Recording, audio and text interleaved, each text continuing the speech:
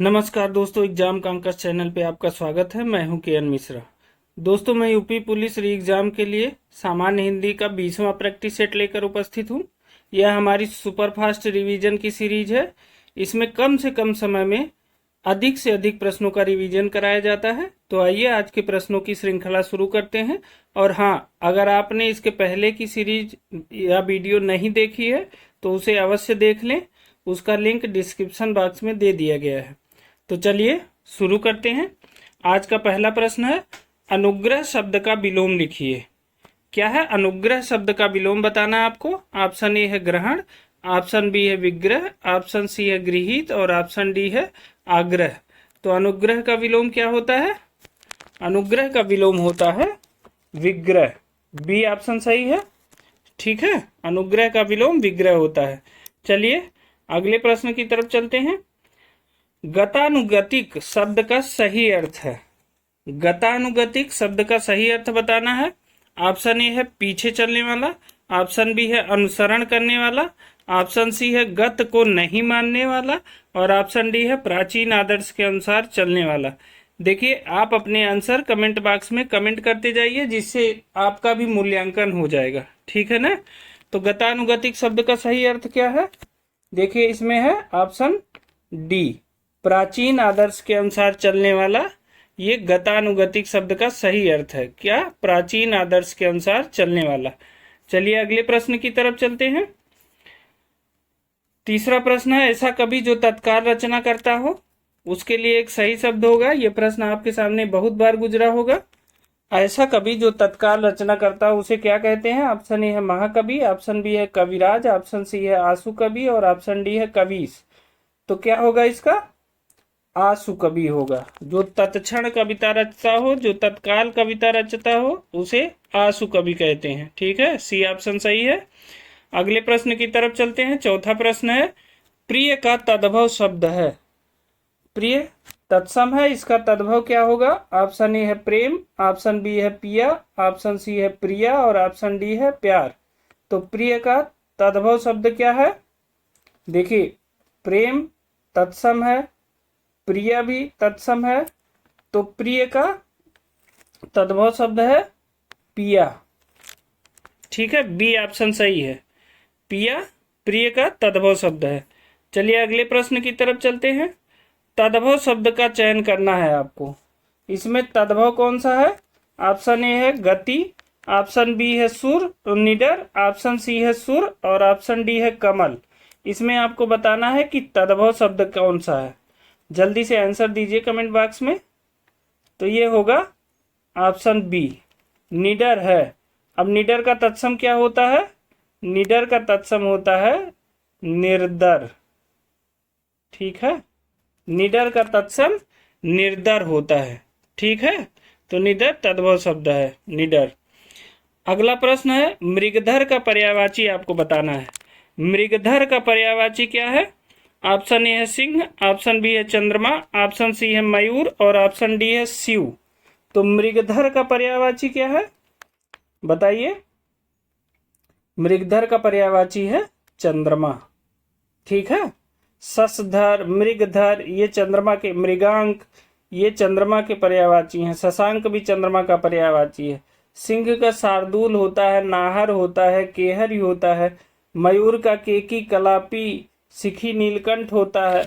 और शिव का तो आप जानते ही हैं, महेश होता है, शिव है ही है। ठीक है, तो शंकर जी के अनेक पर्यायवाची हैं। ठीक, चलिए अगले प्रश्न की तरफ चलते हैं। सातवां प्रश्न है, कौन सा शब्द अनीक का पर्यायवाची है? आपको बताना है अनीक शब्द का पर्यायवाची क्या है। कौन सा शब्द है? पहले इसको नोट कर लीजिएगा। अनीक का पर्यायवाची आपको बताना है। ऑप्शन ए है अग्नि, ऑप्शन बी है अर्जुन, ऑप्शन सी है घोड़ा और ऑप्शन डी है सेना। तो अनीक का पर्यायवाची क्या होता है? अनीक का पर्यायवाची होता है सेना। डी ऑप्शन सही है। सेना जो है ये अनीक का पर्यायवाची होता है। अब देखिए, अग्नि का पर्यायवाची क्या होता है? अनल, हुतासन, पावक होता है। अर्जुन का पर्यायवाची क्या है? कौंतेय है, सब्यसाची है। घोड़ा का तो आप जानते ही हैं, घोटक होता है घोड़ा का पर्यायवाची। अश्व होता है, ठीक है ना। तो इसमें डी ऑप्शन सही है, अनीक का पर्यायवाची सेना है। अब आपको 8वां प्रश्न बताना है, शुद्ध वाक्य का पहचान करिए। शुद्ध वाक्य इसमें कौन सा है? ऑप्शन ए है अधिकारियों ने कागजात का परीक्षण किया। ऑप्शन बी है अधिकारियों ने कागजात का अन्वेषण किया। ऑप्शन सी है अधिकारियों ने कागजात का निरीक्षण किया। और ऑप्शन डी है अधिकारियों ने कागजात की जांच की। अब इसमें बताइए कि कौन सा वाक्य शुद्ध है। तो देखिए, अधिकारियों ने कागजात का परीक्षण किया, ये नहीं होगा, ये गलत है, परीक्षण नहीं कर होता है। फिर अधिकारियों ने कागजात का अन्वेषण किया, ये भी गलत है, अन्वेषण इसमें नहीं लगेगा। अधिकारियों ने कागजात का निरीक्षण किया, ये भी गलत है। तो अधिकारियों ने क्या किया? ये डी ऑप्शन सही है, अधिकारियों ने कागजात की जांच की, ठीक है। तो डी ऑप्शन इसमें सही है, ध्यान से पढ़िएगा, गलत न होने पाए, ठीक। चलिए 9वें प्रश्न की तरफ चलते हैं। अशुद्ध वाक्य का चयन करिए। आपको इसमें अशुद्ध वाक्य बताना है, कौन सा वाक्य अशुद्ध है। तो देखिए, पहला है आपका भविष्य उज्जवल हो, ठीक है, आपका भविष्य उज्जवल हो, तो ये भी अशुद्ध लिखा है, ये भी अशुद्ध है, ठीक है ना। उज्जवल में 2 आधा जय होता है, ठीक, तो ये अशुद्ध है। कामायनी उच्च कोटि का काव्य है, यह सही है। इस पुस्तक का नया संस्करण प्रकाशित हो रहा है, ये भी सही है। माता पिता पूजनीय है, पूजनीय नहीं होता है, पूजनीय होता है। क्या होता है? पूजनीय होता है, पूजनीय नहीं होता है, तो ये भी गलत है। तो इसमें 2 गलतियां हो गई हैं। एक पहला आपका भविष्य उज्जवल हो, ये भी गलत है, उज्जवल गलत लिखा है, दोनों आधा ज होता है, एक ऊ आधा ज और वह ल होता है, ठीक है ना। तो ये भी गलत है, माता पिता पूजनीय नहीं पूजनीय होता है। तो ए और डी ऑप्शन दोनों गलत है, ठीक है ना। चलिए अगले प्रश्न की तरफ चलते हैं। 10वां प्रश्न है, निम्नलिखित में से शुद्ध वर्तनी वाला शब्द बताइए। अब देखिए यहीं ऊपर लिखा है, शुद्ध वर्तनी वाला शब्द क्या है? अभी ऊपर हमने बताया उज्जवल, दोनों आधा ज होता है, ठीक है ना। तो शुद्ध वर्तनी वाला शब्द है उज्जवल, उ आधा ज फिर आधा ज और वह और ल, उज्जवल होता है शुद्ध वर्तनी। निम्नलिखित में से शुद्ध वर्तनी वाला शब्द बताना है आपको। इसमें कौन सा शुद्ध वर्तनी वाला शब्द है? ऑप्शन ए है हिरण्यक कश्यप, ऑप्शन बी है हिरण्यकशिप, ऑप्शन सी है हिरण्यक कश्यप और फिर हिरण्यक कश्यप। अब इसमें बताइए कौन सा शुद्ध वर्तनी वाला शब्द है 11वें प्रश्न में? ये है बी ऑप्शन, हिरण्यकशिपु, ये है शुद्ध वर्तनी वाला शब्द हिरण्यकशिपु, ठीक है। दोस्तों हमारी ये सीरीज कैसी लग रही है आपको, हमें कमेंट करके जरूर बताइएगा। और अगर आप इन प्रश्नों का PDF लेना चाहते हैं तो यह हमारे टेलीग्राम चैनल पर उपलब्ध है। टेलीग्राम चैनल का लिंक डिस्क्रिप्शन बॉक्स में दिया गया है, आप वहां से हमारे टेलीग्राम चैनल से जुड़ सकते हैं, जहां से आपको इसकी PDF मिलेगी इन प्रश्नों की, आप उसे डाउनलोड कर सकते हैं, ठीक है। और अगर आप इस चैनल पे नए हैं तो इस चैनल को सब्सक्राइब अवश्य कर लीजिए, क्योंकि हम यूपी पुलिस री एग्जाम के लिए कम से कम समय में अधिक से अधिक प्रश्नों का फास्ट रिवीजन कराएंगे, जो प्री परीक्षा की दृष्टि से बहुत महत्वपूर्ण होता है। क्योंकि प्री परीक्षा में चारों ऑप्शन दिए रहते हैं, आंसर सामने रहता है, दोहराव न होने की वजह से गलतियों के चांसेस ज़्यादा रहते हैं, इसलिए हमने इस सीरीज की शुरुआत की है, ठीक है। तो चलिए अगले प्रश्न की तरफ चलते हैं। 12वां प्रश्न है, उत्साह शब्द का विशेषण है। आपको बताना है उत्साह शब्द का विशेषण बताना है। ऑप्शन ए है अनुत्साह, ऑप्शन बी है उत्साही, ऑप्शन सी है अनुत्साही और ऑप्शन डी है उत्साहित। तो देखिए उत्साह शब्द का विशेषण, अब देखिए अनुत्साह, उत्साह का विलोम है ये अनुत्साह, ठीक है। फिर उत्साही जो है अनुत्साही का विलोम है उत्साही, तो उत्साह शब्द का विशेषण क्या हो गया? उत्साहित हो गया, ठीक है। उत्साह का विशेषण क्या होता है? उत्साहित होता है। चलिए 13वें प्रश्न की तरफ चलते हैं। 13वां प्रश्न है, प्राचीन शब्द विशेषण के किस प्रकार में आता है? आपको बताना है कि प्राचीन शब्द विशेषण के किस प्रकार में आता है। ऑप्शन ए है सार्वनामिक, ऑप्शन बी है संख्यावाचक, ऑप्शन सी है परिमाणवाचक और ऑप्शन डी है गुणवाचक। तो प्राचीन, प्राचीन का मतलब क्या होता है? पुराना। और किसी चीज का पुराना होना क्या है? नया और पुराना, ये उसका है गुण। ठीक है, तो यह जो है प्राचीन क्या है? यह गुणवाचक विशेषण है। तो डी ऑप्शन सही है। ठीक है, 13 का डी ऑप्शन सही है, गुणवाचक। अब देखिए पशुता, पशुता शब्द उदाहरण है किसका है? पशुता शब्द किसका उदाहरण है? ऑप्शन ए है द्रव्यवाचक संज्ञा, ऑप्शन बी है जातिवाचक संज्ञा, ऑप्शन सी है भाववाचक संज्ञा और ऑप्शन डी है व्यक्तिवाचक संज्ञा। तो पशुता किसका उदाहरण है? तो पशुता क्या होता है? मनुष्य में पशुता का भाव होता है, तो ये है भाववाचक संज्ञा। ठीक है ना, तो सी ऑप्शन सही है, पशुता भाववाचक संज्ञा का उदाहरण है। चलिए 15वें प्रश्न की तरफ चलते हैं। जो प्रमाण से सिद्ध न हो सके उसे क्या कहते हैं? आपको ये बताना है। अनेक शब्दों के एक शब्द का प्रश्न है। जो प्रमाण से सिद्ध न हो सके उसके लिए एक शब्द बताना है आपको। पहला है अपरिमित, दूसरा है अनप्रमाणित, तीसरा है अप्रमाणित और चौथा है अप्रमेय। तो जो प्रमाण से सिद्ध न हो सके उसे क्या कहेंगे? उसे कहते हैं अप्रमेय। बी ऑप्शन, डी ऑप्शन सही है, सॉरी डी ऑप्शन सही है। 15वें का डी, अप्रमेय होता है जिसे प्रमाण से सिद्ध न किया जा सके। ठीक, 16वें प्रश्न की तरफ चलते हैं। बिना पलक झपकाए के लिए एक शब्द बताना है। बिना पलक झपकाए, या कभी कभी पूछा जाता है अपलक, उसे अपलक भी कहते हैं। बिना पलक झपकाए के लिए एक शब्द बताना है।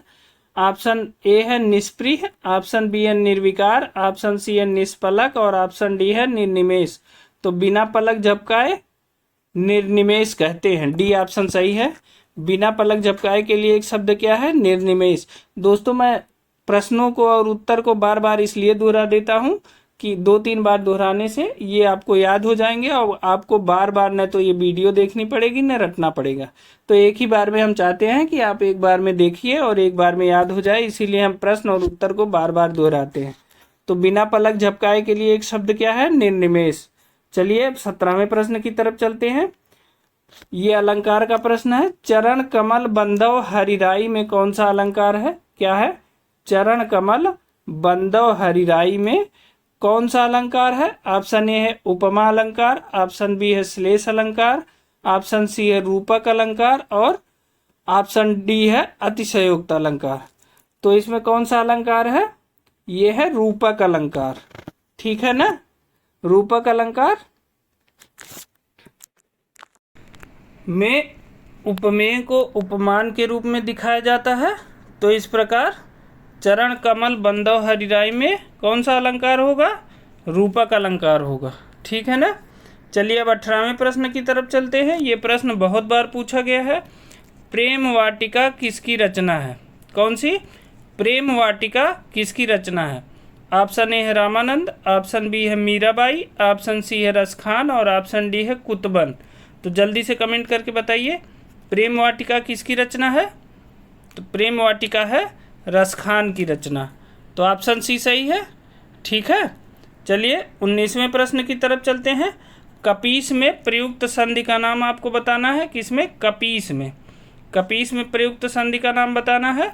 ऑप्शन ए है यण संधि, ऑप्शन बी है विसर्ग संधि, ऑप्शन सी है वृद्धि संधि और ऑप्शन डी है दीर्घ संधि।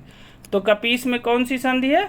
देखिए कपि में क्या होता है? कपि में छोटी और प्लस बड़ी ई होता है, तो मिल के क्या हो जाता है? बड़ी ई हो जाता है। तो कपि, कपि धन ईश, तो ये क्या हो जाता है? कपीस।